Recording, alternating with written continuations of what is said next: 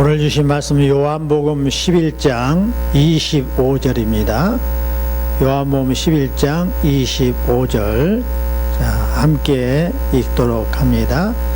예수께서 이르시되 나는 부활이요 생명이니 나를 믿는 자는 죽어도 살겠고 무릇 살아서 나를 믿는 자는 영원히 죽지 아니하니 이것을 내가 믿느냐. 아멘.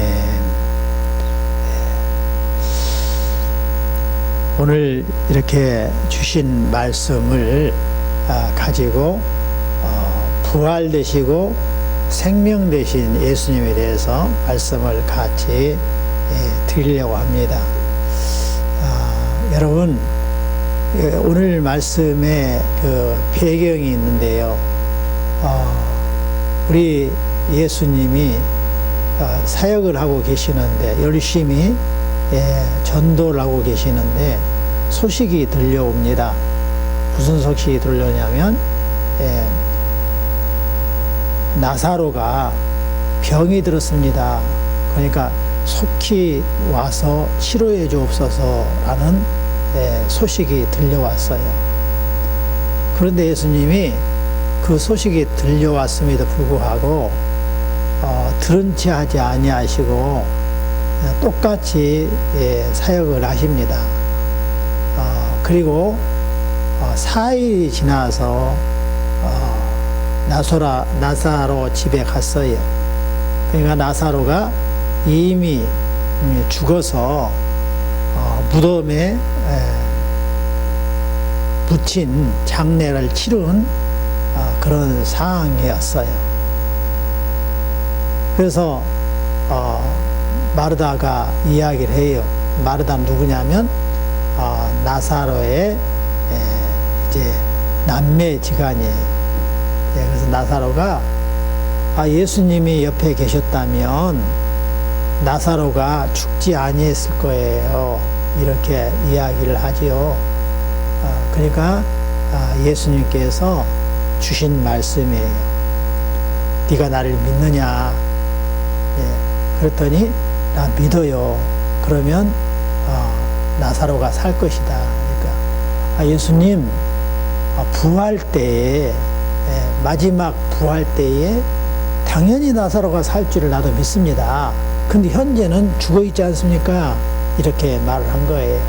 그랬더니 예수님께서 이어서 말씀하실 때에 나는 부활이요 생명이니 나를 믿는 자는 죽어도 살겠고 무릇 살아서 믿는 자는 영원히 죽지 아니하리라. 이 말씀을 해 주신 것입니다. 그리고 나서 여러 사람들 앞에서 예수님이 기도를 하세요. 누구께 기도합니까? 아버지 여호와께 간절히 기도해요. 그리고 나서 나사로를 향하여 여러 사람들 앞에서 이야기를 합니다. 빨리 그 무덤의 문을 열어라. 이스라엘은 우리나라의 매장법하고 좀 달라요. 요즘에 이제 이스라엘하고 비슷하게 매장을 하는 추세가 바뀝니다만 우리는 다 태워가지고 가루 만들어서 이렇게 진열대다 집어넣잖아요. 근데 이스라엘은 그렇게 하는 게 아니라 두 가지의 종류의 무덤 방법이 있어요. 예수님 당시의 무덤 방법은 암벽을 팠어요. 암벽을 팠는데 보통 몇 평 규모로 팠냐면 약 한 20평 규모로 팠어요. 20평 규모로 파면 우리 마치 뭐가 같냐면 우리 이렇게 모토기로 돌아가면요 우리 지하가 있어요. 지하 물품 창고가 있어요. 그 지하처럼 그 정도 크기예요. 그리고 지하 가면 또 뭐가 있죠? 작은 방들이 두 개가 있죠. 그것처럼 작은 관이 하나 들어갈 수 있는 작은 굴이 또 한 10개 내지 20개가 있는 거예요. 그러면 이제 돌아가시면 이렇게 전부 이렇게 싸가지고 거기 굴 속에, 작은 굴 속에 집어넣어요. 그리고 나머지는 다른 가족이 죽었을 때 또 집어넣고 이렇게 하는 거예요. 그리고 이제 입구를 큰 돌로 굴러서 막아요. 그러니까 돌무덤이에요. 그리고 이제 그보다도 더 아주 부유한 사람들은 이제 우리나라처럼 땅을 사서 석관으로 이제 묘를 이렇게 만들어요. 그래서 언제든지 뚜껑을 열어서 확인할 수 있도록 우리는 이제 봉을 이렇게 세우잖아요. 봉을 세운 게 아니라 그 사람들은 석관을 직사각형으로 탁 해서 만듭니다. 뚜껑도 돌로 하고요. 그리고 앞에다가 비석을 세우지요. 그게 이제 최근까지 이어지는 무덤 문화예요. 이게 다 그 사람들은 왜 그러냐면 부활할 것을 대비해서 태우질 않는 거예요.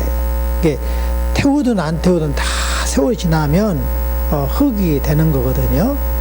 그래서 이제 흙이 된 상태에서 부활하니까 상관이 없는데 사람의 마음 심리가 태우는 걸 싫어하고 이렇게 땅 속에 묻는 것을 즐기는 문화가 전 세계적인 문화예요. 근데 유독히 이스라엘 주변은 이렇게 돌무덤을 하거나 또는 미라를 만들어서 큰 빌딩에다가 집어넣는 그러한 문화를 가지고 있어요. 다 무엇 때문에 그래요? 부활이라는 그런 생각을 갖고 있어서 하는 거예요. 자, 그런데 오늘 이 나사로를 우리 주님께서 무덤문을 열게 하시고 이어서 하시는 말씀이 나사로야 일어나 걸어서 나오라 이렇게 말씀하셨어요. 죽어서 냄새가 뿔뿔 나는데 예수님께서 말씀을 이렇게 하신다면 사람들이 다 그런 거예요. 지금 냄새 나는데 무슨 관을 열으라고 합니까? 무슨 그 냄새 나는 그 시체 썩은 사람한테 무슨 말씀을 하십니까? 그런데 예수님은 당당하게 나서라 일어나 걸어 나오라 이렇게 말씀하신 거예요. 그래서 이 나사로가 다 그냥 둘른 온 몸을 다 감싸놨잖아요, 천으로. 그런데 벌떡 일어난 거예요. 벌떡 일어나서 이제 쓴 거예요. 그러니까 사람들이 또 웅성웅성할 때에 예수님께서 말씀하십니다. 이제 풀어서 걸어 다니도록 만들어라. 그래서 전부 다 묶은 천을 풀었어요. 그랬더니 나사로가 걸어 나온 거예요. 그러니까 사람들이 모두가 다 박수를 치고 환호를 하고 여호와께 영광을 올려드린 것입니다. 자, 여기에서 우리 주님께서는 무슨 말씀을 하려고 하시는지 말씀을 같이 잘 받을 수 있기를 바랍니다. 이 요한복음은 13번에 걸쳐서 예수님을 죽이려고 하는 거예요. 왜 죽이려 하는가? 그 이유가 있어요. 자, 여기 한번 보세요. 벌써 주무시는 분이 계시네. 그러면 안 되지? 그건 예배가 아니에요. 자는 것은 또다시 약간 좀 덧붙여서 이야기를 합니다. 저를 안 쳐다보면 땅을 저에서 시야를 벗어나서 땅을 보잖아요. 그 다음에 두 번째 뭐냐면 눈이 감겨요. 그러면서 동시에 뭐냐면 귀가 딱 닫힙니다.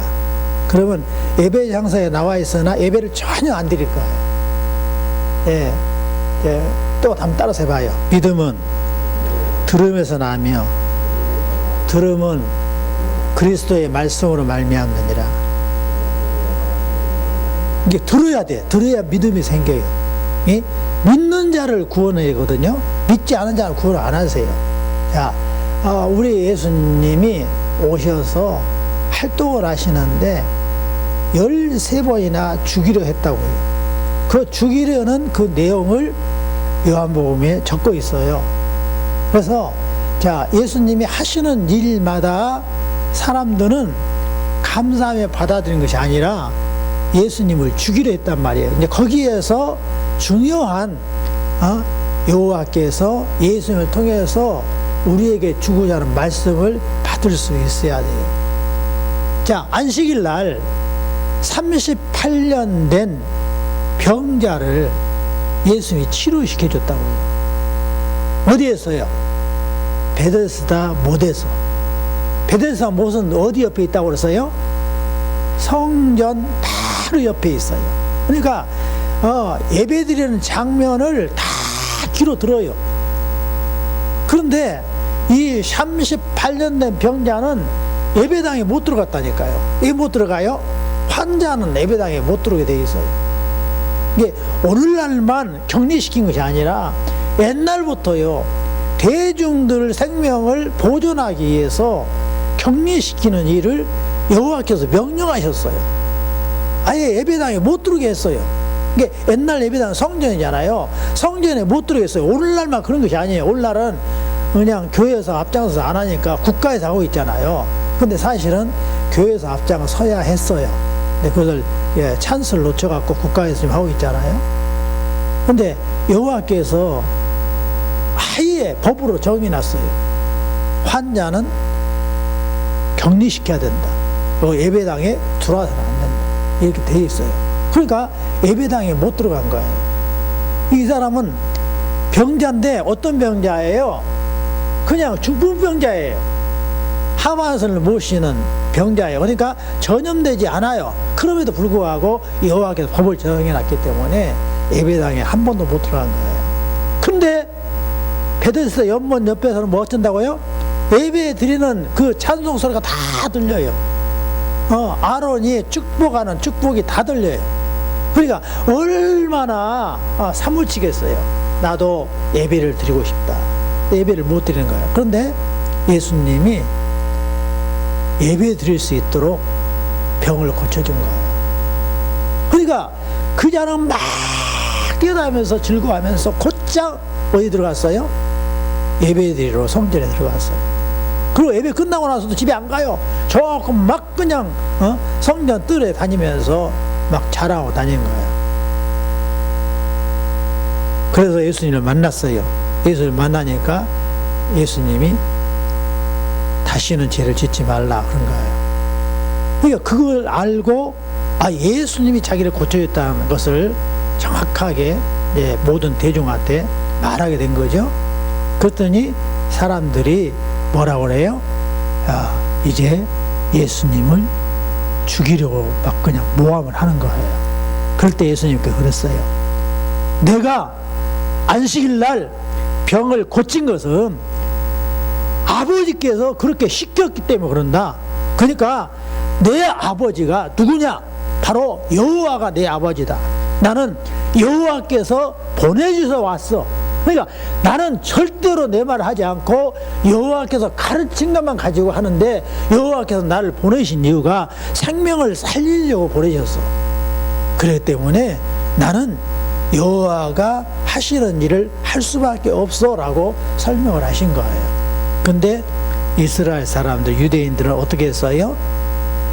너는 목수의 아들 요셉의 아들로서 어떻게 해서 아버지를, 여호와를 네 아버지라고 하느냐, 이 신성모독한 놈. 그래서 제2계명을, 제3계명을, 제4계명을 모조리 어긴 자라 해가지고 죽이려 한 거예요. 자, 사람들이 그럼에도 불구하고 예수님을 막 따라다니면서 말씀을 배우기 시작하는데 집에도 안 가고 말씀을 하루 종일 듣는단 말이에요. 그래서 너무너무 허기져서 집에 가다가 쓰러지면 어떨까 해서 예수님이 보리떡 5개 물고기 2마리로 장정만 5,000명을 먹인 거예요.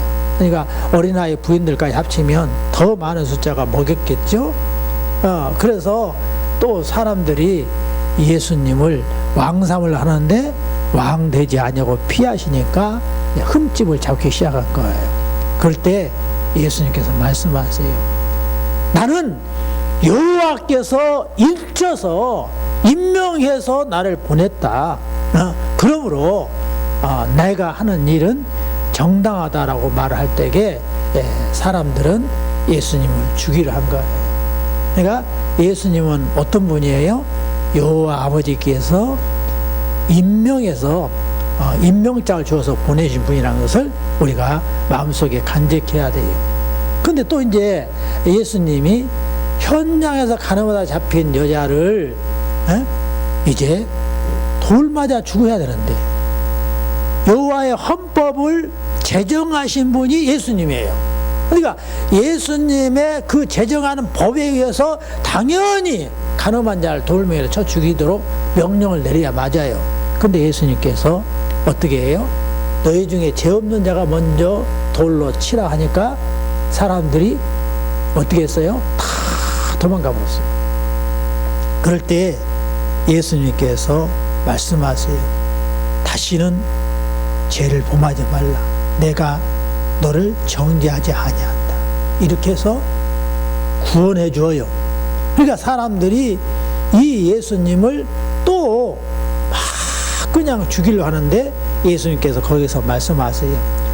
나는 여호와께로부터 나왔다. 이게 여호와 이름이 뭐냐? 백성을 구원하는 것이 여호와 이름 아니냐? 그래서 여호와께서 구약 성경을 통해서 구원자를 실제로 사람들과 함께하는 구원자를 보내주겠다고 약속했지 않냐. 그래서 너희들이 그 메시아를 기다리고 있는데 내가 바로 여호와께로부터 나와서 왔다. 이렇게 말씀을 한 거예요. 그러니까 더더욱 예수님을 죽이려 한 것입니다. 그리고 또요, 예수님께서 나면서부터 소경된 자를 눈을 뜨게 해주셨어요. 눈에 진흙을 바르게 하시고, 그리고 실로암 못에 가서 씻으라니까 정말로 실로암 못에 가서 씻으니까는 눈이 떠져버렸어요. 그러니까 사람들이 또 난리예요. 그럴 때에 예수님께서 양을 갖고 비유를 들어요. 나는 양의 목자로 왔다. 나는 바로 양의 문이다. 바로 여호와께서 시편에 여호와는 나의 목자신이라고 말씀하였던 그 여호와가 목자이듯이 나 또한 여호와로부터 파송되어서 왔기 때문에 내가 곧 선한 목자로서 아버지와 나는 하나이다. 이렇게 가르치신 거예요. 근데 사람들은 예수님을 친성 못 오겠다고 죽이려 한 것입니다. 그런 가운데 예수님께서 나사로가 지금 병들어서 죽어가고 있습니다 라는 그 소식을 접하게 된 것입니다. 그런데 예수님 뭐라고 답변하냐면 나사로가 결코 죽지 않고 잠자고 있다. 이렇게 말씀을 하신 거예요. 그래서 일부러 안 가요. 뭐 할 때까지? 죽을 때까지 안 가시는 거예요. 왜 죽을 때까지 안 가요? 예수님이 어떤 분인 것을 이스라엘 백성에게 정확하게 가르쳐 주기 위해서 일부러 안 가신 거예요. 그래갖고 나흘 만에 찾아갔을 때 이미 나사로가 장례가 치러진 돌무덤 속에 붙인 그런 상황에서 예수님이 나사로 집을 방문하게 된 것입니다. 그럴 때에 이 마르다하고 대화하는 가운데 오늘 우리에게 주시고자 하는 중요한 핵심의 말씀이 있어요. 예수님, 왜 이제 왔어요? 예수님이 제가 소식 전할 때 바로 오셔갖고 우리와 함께 계셨으면 우리 나사로가 죽지 않았을 거 아니겠습니까? 그런데 왜 이제 오셨어요? 이렇게 투정을 부리고 있는 거예요. 그럴 때에 예수님이 그래요. 네 오라비가 살아나리라. 지금 잠자고 있다. 그러니까 곧 이어서 마르다가 대답하기를 어떻게 대답했어요? 마지막 날 부활 날에는 당연히 그럴 줄 믿습니다. 그럴 때 예수님이 그런 거예요. 나는 부활이요 생명이니 나를 믿는 자는 죽어도 살겠고 무릇 살아서 나를 믿는 자는 영원히 죽지 아니하리라. 여러분, 부활이란 말이 무슨 말이냐면 죽은 자가 다시 살아나는 것을 말을 하고 있습니다. 근데 여러분, 죽었다가 살아난 사람이 세상에 있습니까? 없어요. 혼절해갖고 살아난 사람이 있어요. 지금부터 20년 전인가요? 수술받다가 식물인간 됐어요. 그래서 부부가 맞벌이 부부였는데 수술받다가 부인이 식물인간 됐어요. 죽은 거 아니겠습니까? 근데 이 남자가 남자가 죽었군, 야 식물인간 됐구나. 부인이 직장을 그만뒀어요. 그리고 신랑을 계속 케어를 한 거예요. 가만 놔두면 욕창이 생겨서 썩어버려요.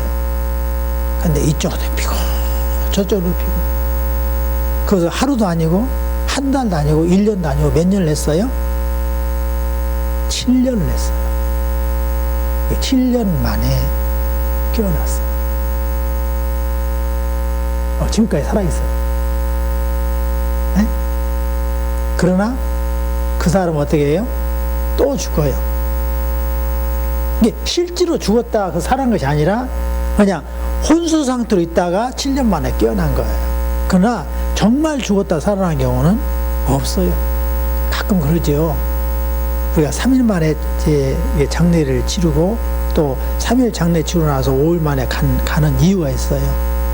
사람이 판단 못 해갖고 죽은 줄 알고 묻어버린 경우 다시 살아날 것 때문에 의식이 회복돼서 갔기 때문에 3일 만에 장례를 치르는 것입니다. 근데 다 그것이 사실은 그것이 아니에요. 한 번 죽으면 살아나지 못해요. 그런데 여러분, 예수님은 왜 죽은 나사로를 살릴 수 있었어요? 예수님은 생명을 창조하신 바로 여호와시기 때문에 그래요. 우리가 물건이 고장나면 어디로 가는가요?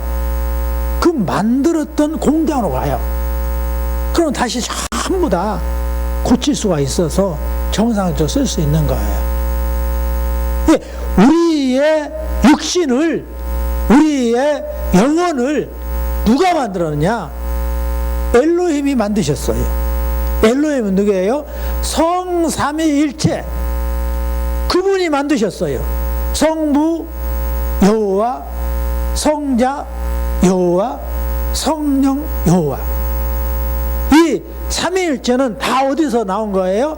아버지 되신 여호와의 품속에서 나오신 분이 아들 예수님, 또 여호와의 품속에서 나오신 분이 바로 성령님이세요. 근데 이 삼위의 실제에 우리 사람에게 이해될 수 있도록 하시는 모든 행위는 여호와께서 누구한테 맡겼냐면 위이신 성자 예수님한테 맡기신 거예요.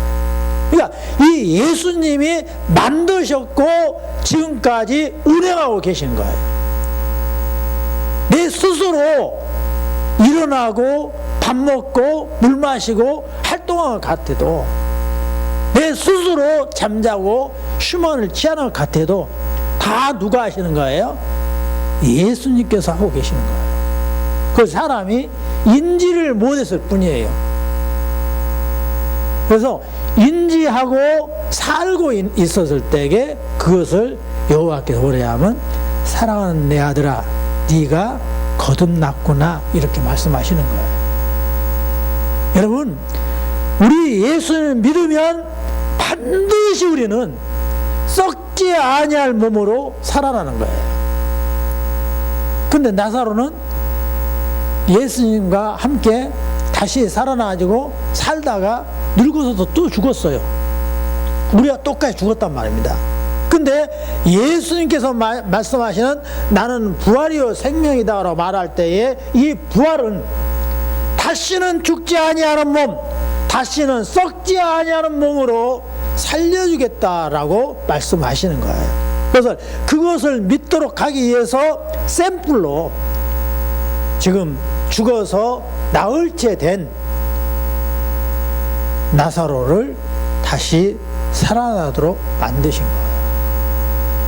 사랑하는 성도 여러분, 예수님은 우리에게 생명을, 여호와의 생기를 불어넣어서 살게 만드신 분이세요. 부활이가 생명이신 예수님. 그 예수님을 우리가, 예수님이 여호와의 가르침대로 우리에게 가르쳐 줬으니까 이 말씀을 듣고 받아들일 때에 그것을 믿는다라고 말하고 예수님의 살과 피를 먹고 마신다라고 말을 하는 거예요. 예수님 하신 일을 받아들이는 거예요. 그렇게 할 때에 우리 주님은 어떻게 해요? 나를 믿는 자는 죽어도 살겠고 무릇 살아서 나를 믿는 자는 영원히 죽지 아니하리라, 이렇게 말씀하신 거예요. 그래서 우리는 반드시 다시 산다는 것을 확고하게 믿을 수 있기를 바랍니다. 이걸 안 믿으면요, 여러분이요, 인생 사는 것이 너무너무 허무해요. 나 보험이는 이제 중학교 2학년이라서 그런 말 안 들려요. 고지 안 들려요. 아니에요. 보험 나이에 죽은 사람들 수없이 많아요. 내 나이에 됐을 때에 우리 권사님이나 우리 안수 집사님 나이 됐을 때에 나보다 이제 더 사셨기 때문에 주변에 같이 태어나서 죽은 사람이 수없이 많아요. 그리고 얼마 전에 여러분 할머니도 불과 4주 전까지도 여기 함께 예배드렸는데 지금 안 계시잖아요. 다 죽는 거예요. 그래서 이게 부활이 없다고 하면 너무너무 허무한 거예요. 먼저 일찍 죽거나 늦게 죽거나 죽는 건 매 마찬가지 아니에요? 그러면 다 넣고 가신다고.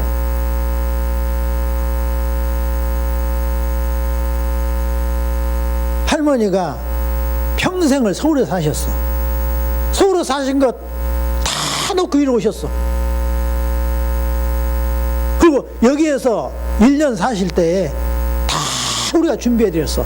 일부를 서울에서 몇 개 가졌지만 다 새로 준비해드렸어요. 다 새로 샀어. 근데 그거 어떻게 해요? 다 놓고 가시잖아요.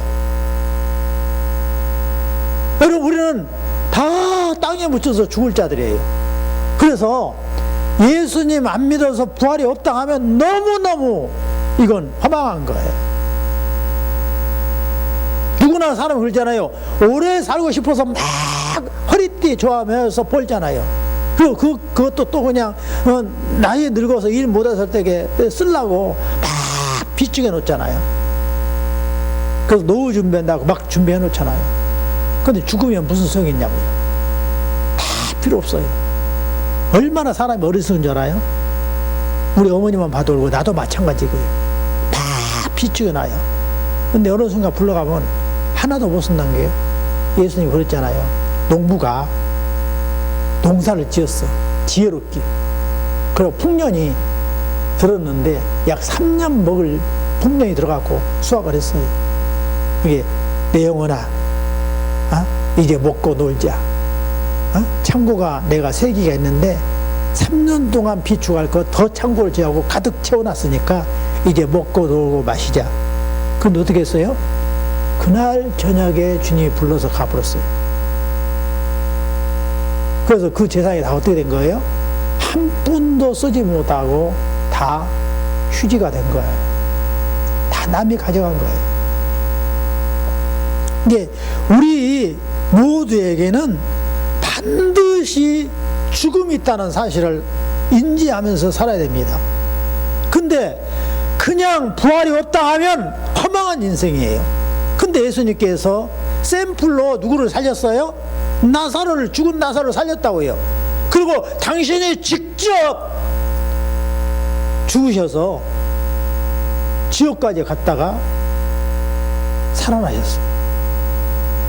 그래서 예수님이 우리의 대표로서 살아나셨기 때문에 따라 삽시다. 예수를 죽은 자 가운데서 살리신 여호와께서 너희들도 이처럼 살리시리라. 그래서 예수를 믿는 자는 소망이 넘쳐 흐르는 거예요. 믿는 자는 죽어도 살겠고 무릇 살아서 나를 믿는 자는 영원히 죽지 아니하리라고 약속을 하신 거예요. 자, 마르다가 예수님 모시고 무덤을 가면서 이야기를 해요. 주는 그리스도시요 세상에 오시는 여호와의 아들이신 줄을 내가 믿나이다. 여러분, 이 마르다의 믿음의 고백은 대단한 믿음의 고백입니다. 예수님 누구라고요? 그리스도시다. 누가 임명한 그리스도라고요? 여호와께서 임명하시는 그리스도시다. 그리스도가 우리나라 말은 무슨 말이라고 그랬어요? 구원자다 그 말이에요. 그러니까 이 마르다가 엄청난 좋은 믿음을 가지고 있어요. 세상에 오시는 여호와의 아들로 내가 믿나이다. 예수님은 그냥 태어나신 분이 아니라 여호와께서 보내서 아들로서 왔다라는 것을 이 마르다가 믿고 있는 거예요. 이 믿음이 저와 여러분의 믿음이 되어야 할 줄 믿습니다. 따라합시다. 예수님은 내 주인이시요 여호와께서 임명하신 나의 구원자 그리스도십니다. 또 따라합니다. 예수님은 여호와께서 보내신 여호와의 아들인 줄 믿습니다. 믿으시기 바랍니다. 바로 그렇게 믿는 거예요. 그래서 예수님이 그 말씀을 듣고 너무 기분 좋으셨어요. 그러면서 이제 무덤 앞에서 여러 사람들 앞에서 기도하는 거예요. 두 손을 높이 들고 기도하세요. 내 말을 들으신 것을 감사합니다. 항상 내 말을 들으신 것을 내가 알았나이다. 이렇게 기도한 거예요. 여러분, 예수님은 여호와께서 임명해서 보냈고 여호와께서 시키시는 일만 하고 있기 때문에 여호와와 늘 소통이 되고 있는 거예요. 그래서 항상 내 기도를 들으시길 감사합니다. 하게 모든 일을 할 때마다 다 여호와께 기도하고서 여호와께서 응답하신 상태에서 병자들을 일으켜 세웠고 죽은 자도 일으켜 세우신 것입니다. 여러분, 이 예수님께서 이어서 말씀하시기를 뭐라고 그래요? 제가 이렇게 기도하는 이유가 있어요. 그 이유는 아버지께서 나를 보내신 것을 믿게 하려고 지금 기도하고 있고 나사로를 살리려고 하고 있어요. 그러니까 예수님이 그냥 행동한 것이 아니란 말입니다. 무덤에 묻혀있는 나사로를 일어나서 걸어 나오게 말씀하신 것은, 살아나게 하신 것은 무엇을 믿게 하려 한다고요? 아버지께서 보내서 왔다, 이것을 믿게 하려고 그런 거예요.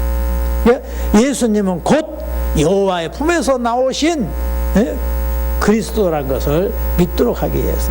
그러니까 우리가 교회를 다니면서 예수님을 그리스도로 믿지 않냐면 이거 잘못된 거예요. 당연히 예수님을 그리스도로 믿어야 되고요. 예수님이 누구란 걸 믿어야 돼요?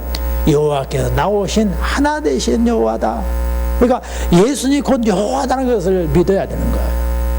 그리고 여러분, 계속 제가 예수님은 여호와 앞에서 나오신 여호와라고 계속 말씀하고 있는데, 여러분 기도할 때에 하나님 아버지 기도하면 옛날에는 몰랐을 때는 그렇게 해도 괜찮아요. 근데 알잖아요. 그러면 기도를 여호와 아버지 이렇게 불러야 되는 거예요. 예수님께서 가르쳐준 대로 해야 되는 거예요. 가르쳐준 대로. 제가 잘못 가신 게 아니에요. 여호와께서 하신 대로 하는 거예요. 그러니까 여호와가 가르쳐준 이름이 여호와예요. 여호와. 내가 스스로 있는 자다. 내 이름은 여호와니라고 그랬어요.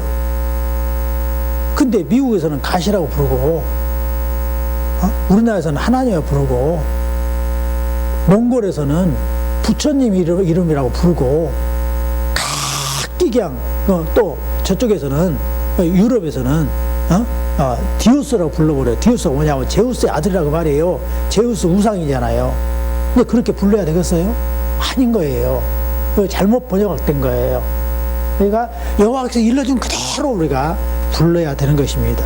그러니까 예수님은 바로 여호와께서 파송한 그리스도라고 믿는 거예요. 그렇게 할 때에 우리 주님께서 복을 주시는 거예요. 그래서 예수님께서 많은 사람 앞에 그렇게 기도를 하시고는 왜 내가 이 기도를 드렸습니까? 바로 나를 여호와께서 보내신 자로 믿도록 하기 위해서 그렇게 기도했습니다 라고 하시고 무덤 문을 열어라, 그리고 나사로를 일어나 나오라고 명령하시고 동여 맨 것을 풀어서 걸어다니게 하라고 말씀하신 것입니다. 여러분, 오늘 주신 말씀을 요약합니다. 같이 따라 합시다. 예수님은 여호와께서 보내신 그리스도이시다. 예수님은 여호와께서 보내신 아들이시다. 예수님은 여호와께서 보내신 부활의 주권자시다. 예수님은 여호와께서 보내신 생명의 주권자시다. 여러분, 다시 살기를 원하십니까? 그럼 예수님을 믿으셔야 됩니다. 여러분, 다시는 죽지 않는 몸으로 살기를 원하십니까? 그러면 예수님을 믿으셔야 돼요. 우리가 영원히 모든 눈물을 씻긴 상태에서 천국에서 여호와의 품속에서 영원히 살기를 원하십니까? 그러면 여호와께서 예수님을 아들로 바로 우리의 구원자 그리스도로 보내셨다는 것을 믿어야 되는 것입니다. 그렇게 할 때에 우리에게 영원한 생명이 이어질 줄 마음속 깊이 믿으시는 모두가 되시길 예수님으로 축원합니다. 여호와는 내게 복을 주시고 너를 지키시기를 원하며 여호와는 그 얼굴을 내게 비추사 은혜 베푸시기를 원하며 여호와는 그의 얼굴을 내게로 향하여 드사 평강 주시기를 원하노라. 이제는 우리 주 예수 그리스도의 은혜와 여호와의 크신 사랑하심과 성령의 이로 교통하심이 머리 숙여 기도하는 귀한 아들 딸 머리 이제로부터 영원까지 함께 계실지어다. 아멘.